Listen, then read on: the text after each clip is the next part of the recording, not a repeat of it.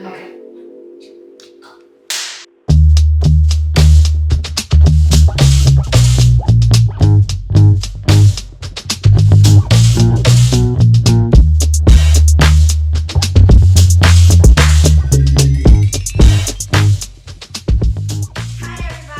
My name is Jasmine Murray. I am the Director of Public Relations and Communications for JOYDAY Movement, and I was diagnosed with general anxiety disorder and mild depression in December of 2020.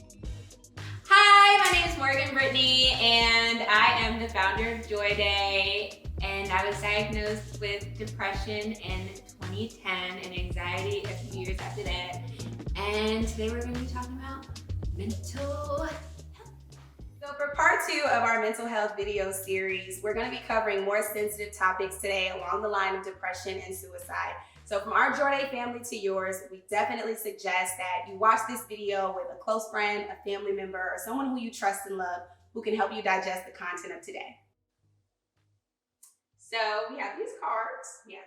And we both are going to be asking each other questions like we did last time. And the first question I want to ask you is, how has your mental health changed since the last time you filmed? Since last time we filmed, my mental health has been contingent upon the people around me, I think, because I spent a year of kind of going through my own thing, and I was finally able to somewhat get a handle on it. And then I developed relationships with people who I could see were struggling with their mental health. And it was difficult for me to watch them go through those things. So when they were up, I was up. I'm like, yay, everybody's up. And then when they were down, even if I wanted to be up, it was like, wow, you're really hurting, so now I'm hurting. So I feel like it's just kind of been a roller coaster of me just interacting with people who don't know how to heal. And I've seen it affect my healing. So what does healing look like to you?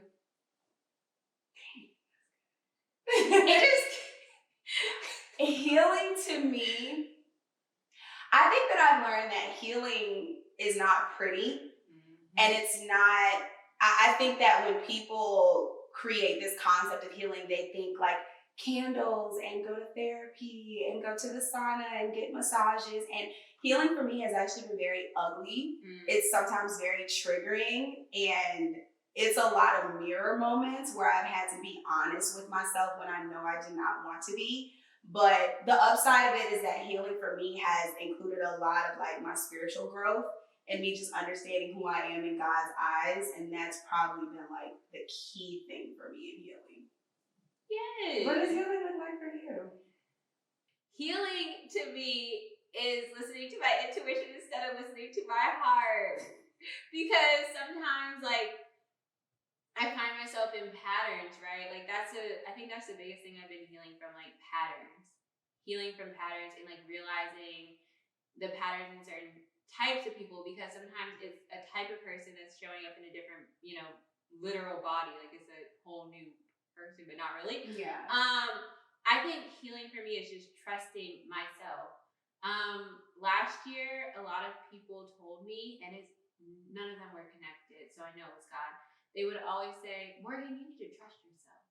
And I would hear it all the time from a bunch of different people. So I think that healing to me looks like trusting myself because I already have all the answers. So that's what healing looks like for me right now. That's what healing looks like. Yeah. I'm glad to know that that's what healing looks like. Okay. So, in your opinion, what is the most difficult part of facing depression? Thank you for that question. That is the only time you are allowed to say this. That's what you said last time. You said I can only say that once. Okay, I said it. So, may you repeat the question? Yeah. Okay. So, in your opinion, what is the most difficult part of facing depression? Okay, the most difficult part of facing depression. I am going to share a scenario that happened last week. So I was in the bed, I was working, I was being productive, right? the blinds down. I was sitting in the dark, and my friend FaceTimed me. So she FaceTimed me, and she's like, "Hey, girl," is my friend E. So shout out E. She's like, "Hey, girl." I was like, "Hey," and we had a conversation, hung up. Then later in the night, she FaceTimed me again. I was in that same position in the bed, and I had not moved. And she asked me, she was like, "Are you okay?" And I started crying because I'm like, "No, I'm not okay." But it was weird because I knew that like I was having a depressive episode, but no one normally notices when I have them because I have very high functioning depression. Mm. So her seeing just me being in that place for so long, I felt like that was not the first time, but it was very interesting to me because it's like, wow, like I show up for a lot of people, but like I have people who are showing up for me. And then I ended up, I told you, I told Jaya, I told Daeja. And I just feel like now I can be open and it's like no big deal because I have people and you guys love me, like no matter what state I'm in. But depression looks very interesting because I smile a lot, I dance a lot. So like some people might not get it, but it's still there. And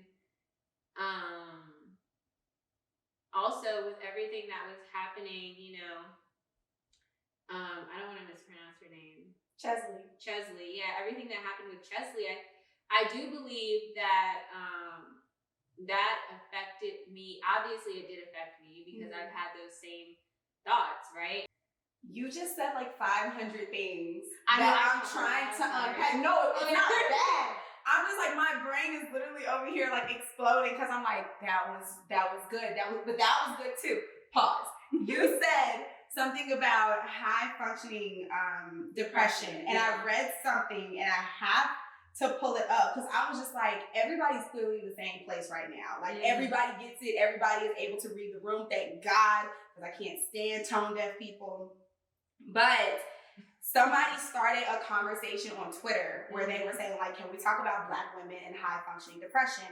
And this girl tweets and she says, this is Kelly Taught You on Twitter. So shout out to Kelly Taught You on Twitter.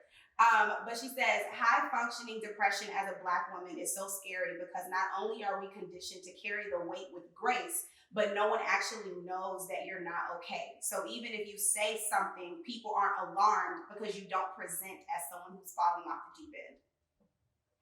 Yeah, that was me last week. Fix my wig. Whoa.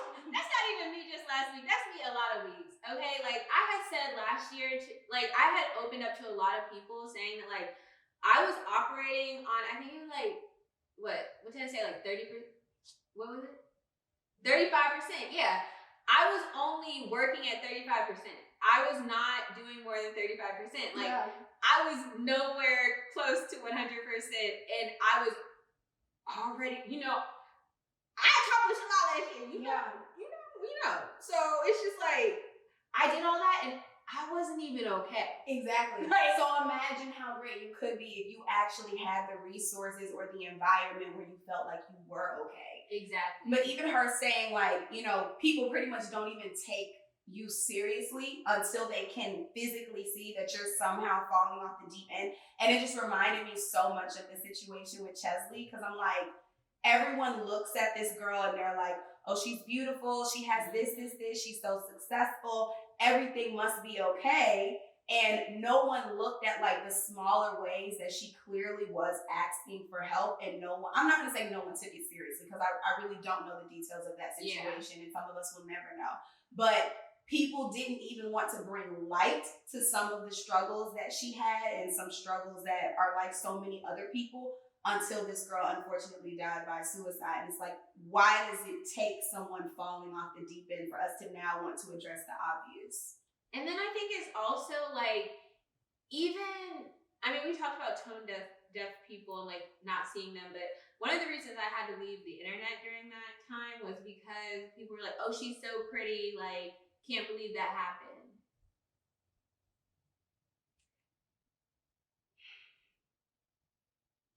What is the relation?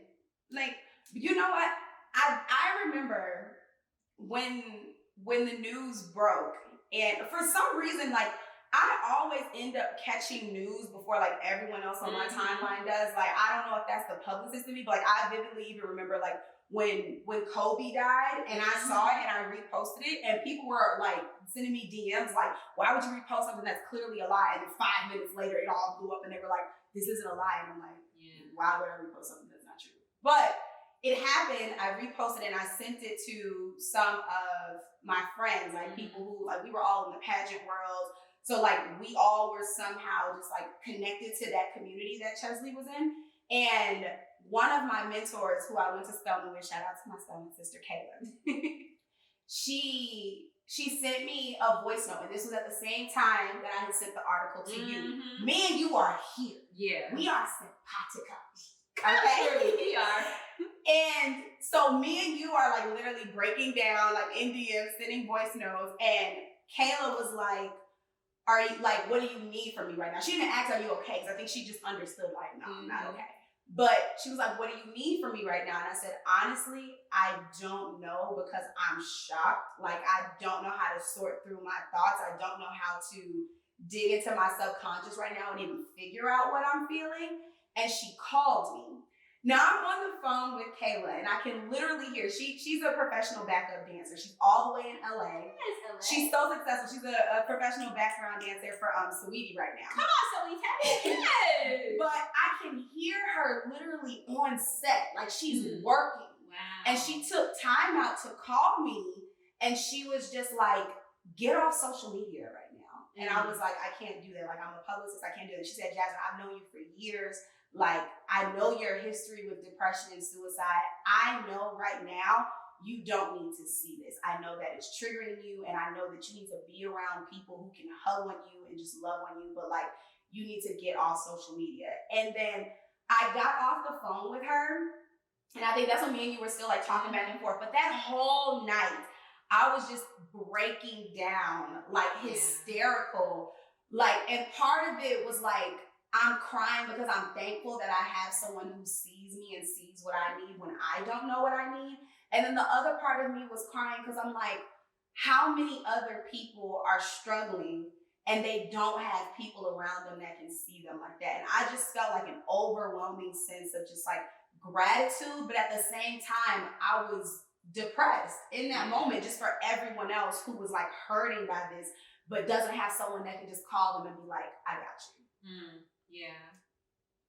That's how I was feeling too. Because I'm like, I mean, I ended up tweeting. I don't remember what exactly I said, but I was like, if you're feeling like you're alone in this and you don't have anyone, just know you're not alone. Like, and I got several DMs like, "Girl, you know, we know how you are. Like, you good." I'm like, no, I'm not really good. But like, thank you for checking on me, because I'm like I know I'll be okay. But I really felt like there are people, like you were saying, who don't have anyone to vocalize how they're feeling about it, or that they're feeling the way she felt, or the way, you know, we sometimes feel. So, yeah. What is one thing you wish people knew about anxiety? One thing I wish people knew about anxiety, Jesus Christ. I wish people knew that even though it may seem like something that I've healed from, it's definitely still ongoing for me. Like, I think I was actually around one of my exes, and he's just a triggering person in general. Not these 16. Right. But he said something, he was just talking to me, he's like, "Oh, you know, like, I see you're doing well. I see you having anxiety episodes." And I just went off. And I'm just like, one, you don't know me. Two, just because I'm not getting rushed to the hospital every other week now, it doesn't mean that I'm not suffering from it. And people actually have no clue how many times throughout my day I'm sitting in a meeting or I'm sitting in the car or I'm in the middle of a grocery store and I feel like my heart is about to explode. Or like I feel like my vision literally goes blurry, but it's like it's happened so many times before and I've been rushed to the hospital for it so many times before that now if it happens, I'm just like, okay, we're just gonna sit here. I'm just not gonna make it a big deal. I'm just gonna be kind of blind out of my left eye right now and we're just gonna just walk out of the store until it comes back together. But I just wish people knew that it is an ongoing struggle. Yeah. And even though I feel like I'm someone who's done a really, really good job of trying to take advantage of all resources that I have, like going vegan, I stopped drinking for a year, like really being present in the moment, being patient with myself. I stopped working for a long time and it's still something that I struggle with. Yeah. So just because I'm not laid out on the floor or laid out in the hospital, you should still lend me compassion. Yeah. It is what it is. Don't say it is what it is. No. Yeah. Shout out to you. Shout out to Daeja, Langston. Love you, girl. Shout out to Amina. That's my dog. My mama's name is Amina. She Asian. Yeah, that was the main one because I know she gonna watch this and be like, you don't have to get on there and tell people that I be on you and stuff like that. Don't do that. I love you, Mom. You're the greatest woman in my world. Yeah. Other than that, shout outs. We got any let goes? Power 7.9, who do you want to let go? Hi, my name is Morgan, and I would like to let go of stress. I would like to let go of not letting up. Oh, no. I want to let go of not having my boundaries set in place. You better keep them in place. And I would like to let go of anything that God does not want for me in Jesus' name. Amen.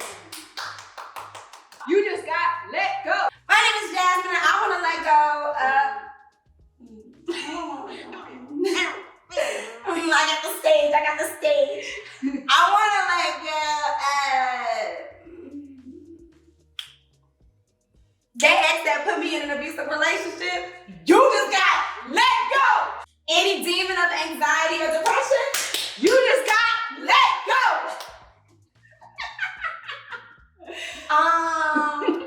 What else? I feel like I got a list at home. But that's the major ones, you know. Mm-hmm. And thank you, God, for keeping us. You know what I was listening to earlier? Never would have made it without you. You can't skip like that, Marie. I would have lost it all. But now I